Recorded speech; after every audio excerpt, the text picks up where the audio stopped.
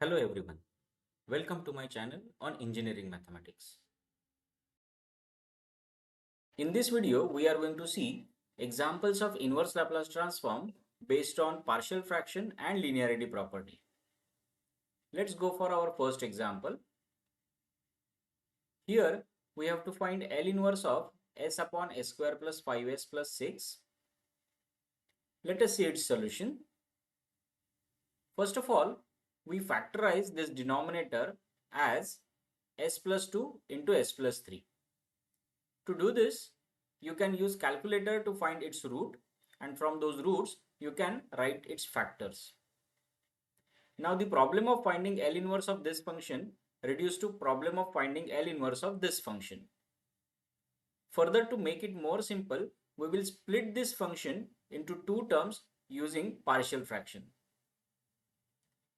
Time being, we call this equation as equation number 1. Now using partial fraction, we let this function as a upon s plus 2 plus b upon s plus 3. Guys, I have taught this partial fraction technique in my another video. Link of that video is given in the description box.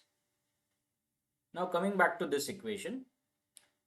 Further in RHS, we cross multiply these terms so that denominator of RHS matches with denominator of LHS. After comparing numerators of both sides, we get s is equal to a into s plus 3 plus b into s plus 2. Let us call this equation as star. Now to find out value of a, we are going to substitute s is equal to minus 2 in this equation star. Because of which we get minus 2 is equal to a into 1 plus b into 0. Solving which we get a is equal to minus 2. On the similar lines, to find out value of b, we are going to substitute s is equal to minus 3 in this equation star. So we get minus 3 is equal to a into 0 plus b into minus 1. Therefore, b is equal to 3. Now we substitute these values of a and b in this equation. Therefore, s upon s plus 2 into s plus 3 now becomes minus 2 upon s plus 2 plus s plus 3. Now we substitute this into equation number 1. Therefore, equation 1 becomes L inverse of s upon s square plus 5s plus 6 is equal to L inverse of minus 2 upon s plus 2 plus 3 upon s plus 3. Now all we have to do is we have to find L inverse of this function. To do so, we will use linearity property and we will distribute this L inverse over this addition. So we get L inverse of this first function plus L inverse of this second function. To solve this, we will take out this minus 2 and this 3.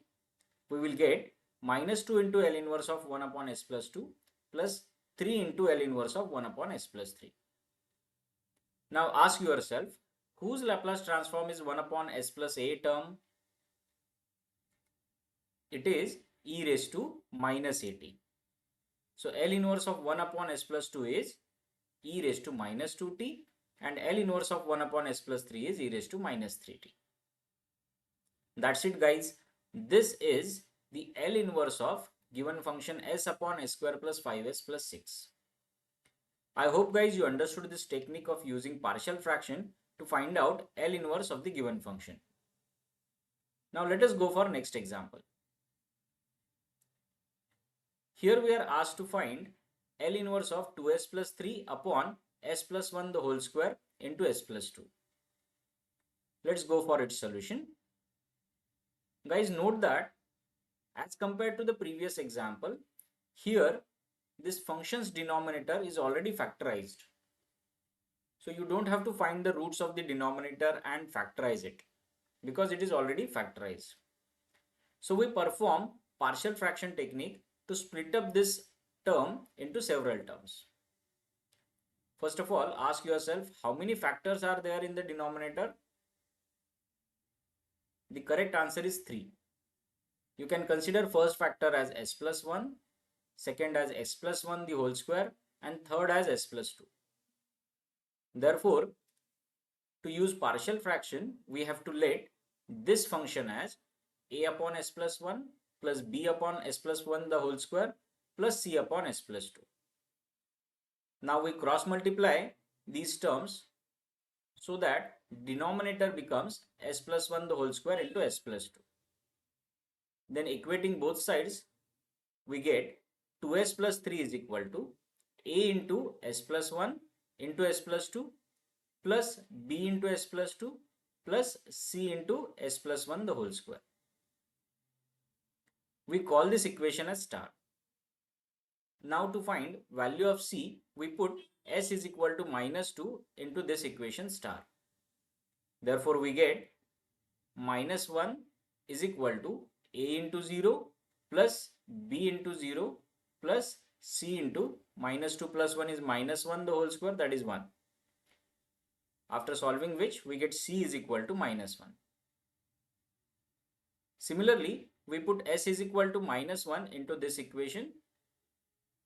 So we get 1 is equal to a into 0 plus b into minus 1 plus 2, that is 1, plus c into minus 1 plus 1 is 0. After solving which, we get b is equal to 1. So far we have obtained values of b and c. To find value of a, you can substitute any random value in s in equation number star. So I am going to put s is equal to 0 in equation star. Therefore, we get 3 is equal to a into 1 into 2, that is 2a plus 2b plus c. Now substitute values of b and c into this equation. We get a is equal to 1. Now we are all set to substitute values of a, b and c into this equation. Therefore, this function now becomes 1 upon s plus 1 plus 1 upon s plus 1 the whole square minus 1 upon s plus 2. Now we substitute this over here. Therefore, L inverse of this function now becomes L inverse of sum of these three functions. Now let us use linearity property and distribute this L inverse over this addition in this way. Now let us calculate L inverse of each of these functions. Ask yourself, whose Laplace transform is 1 upon s plus 1? Yes, the answer is e raised to minus t. For that, you can refer formula of L inverse of 1 upon s plus a, which is e raised to minus at. Therefore, L inverse of 1 upon s plus 1 is e raised to minus t. Similarly, you can use first shifting theorem to find L inverse of 1 upon s plus 1 the whole square, according to which this can be written as e raised to minus t into L inverse of 1 upon s square, and L inverse of 1 upon s square is t. Therefore, L inverse of 1 upon s plus 1 the whole square is e raised to minus t into t. Now take out this minus sign, then we can write L inverse of 1 upon s plus 2 as e raised to minus 2t in this way. Therefore, guys, e raised to t plus t into e raised to minus t minus e raised to minus 2t is inverse Laplace transform of the given function. I hope guys you understood this solution. Now let us proceed for next example. Here we are asked to find L inverse of s upon s square plus 4 into s minus 3. Let us proceed for solution. Once again, in this function, denominator is already factorized, so we directly proceed with partial fraction technique, using which we can split this function into several terms. So in how many terms you can split this?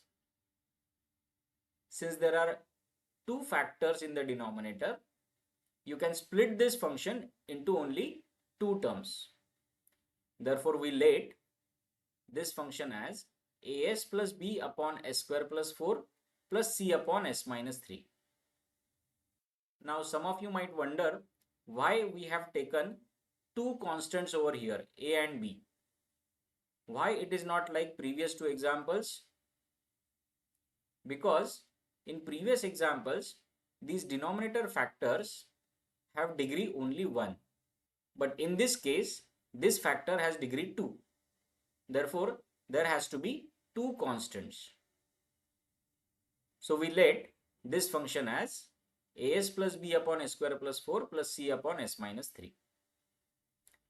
Now after cross multiplying this, we get s is equal to as plus b into s minus 3 plus c into s square plus 4. Now we open these brackets and simplify RHS. Therefore RHS becomes as square minus 3as plus bs minus 3b plus cs square plus 4c. Now we combine terms with s square.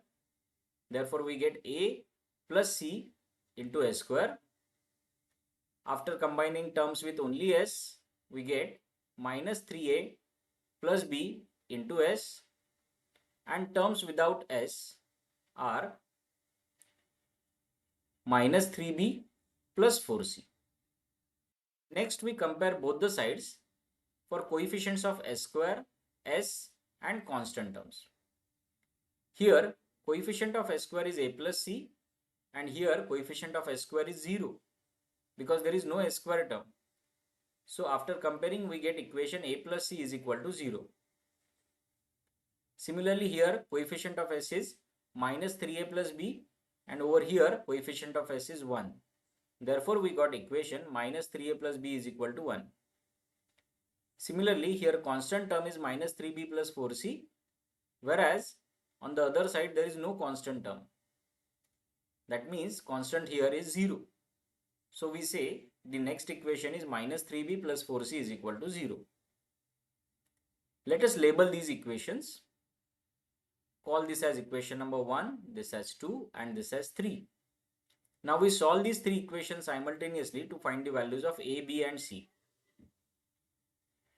First, we write a is equal to minus c from this equation and we substitute it in equation number 2. So equation 2 becomes 3c plus b is equal to 1. Now we solve this equation and equation number 3 together. For that, I'm going to multiply this equation by 3 so that we will get 3b term over here, which can be cancelled with minus 3b. Now let's add these two equations. 3b and minus 3b gets cancelled. 9c plus 4c becomes 13c. 3 plus 0 is 3. Therefore c is equal to 3 upon 13. Now substitute this value of c over here. Therefore we get a is equal to minus 3 by 13. Similarly, from equation number 2, we will get value of b if we put a is equal to minus 3 by 13, which is 4 by 13. Now we are all set to substitute these values of a, b and c over here. Therefore, the function s upon s square plus 4 into s minus 3 now becomes minus 3 by 13 s plus 4 by 13 whole divided by s square plus 4 plus 3 by 13 upon s minus 3. Now taking L inverse on both sides, we get this equation. Now let us find out L inverse of RHS function. First of all, we use linearity property and we operate L inverse on each of these individual functions. Let us find out L inverse of this function. It can be done by taking out this constant and writing it as minus 3 by 13 into L inverse of s upon s square plus 4 plus taking out 4 by 13 and writing it as L inverse of 1 upon s square plus 4. Similarly, taking out 3 by 13, this can be written as L inverse of 1 upon s minus 3. We know that L inverse of s upon s square plus a square is cos at. So L inverse of s upon s square plus 4 is cos 2t. Similarly, L inverse of a upon s square plus a square is sin at. Here a square is 4. but we don't have a in the numerator. So we multiply and divide by 2 here. Therefore, we get 4 by 13 into 1 by 2 into L inverse of 2 upon s square plus 4, which is sine 2t. Also, we know L inverse of 1 upon s minus a is e raised to at. So L inverse of 1 upon s minus 3 is e raised to 3t. So guys, as we have found L inverse of all these functions, we can state that this is L inverse of s upon s square plus 4 into s minus 3. I hope you understood this solution. Now it is your time to solve some examples. These are some practice examples for you. Their final solutions are also written over here. Guys, please solve these examples at your end and write me in comment box whether you are able to solve these examples and you got these answers or not. Guys, if you like this video, please click on like button and share this video among your friends. I will be coming with more such interesting videos. Till then, keep watching my videos. Thank you all of you. Thank you for watching this video. Please subscribe my YouTube channel and press the bell icon to get updates about my new videos.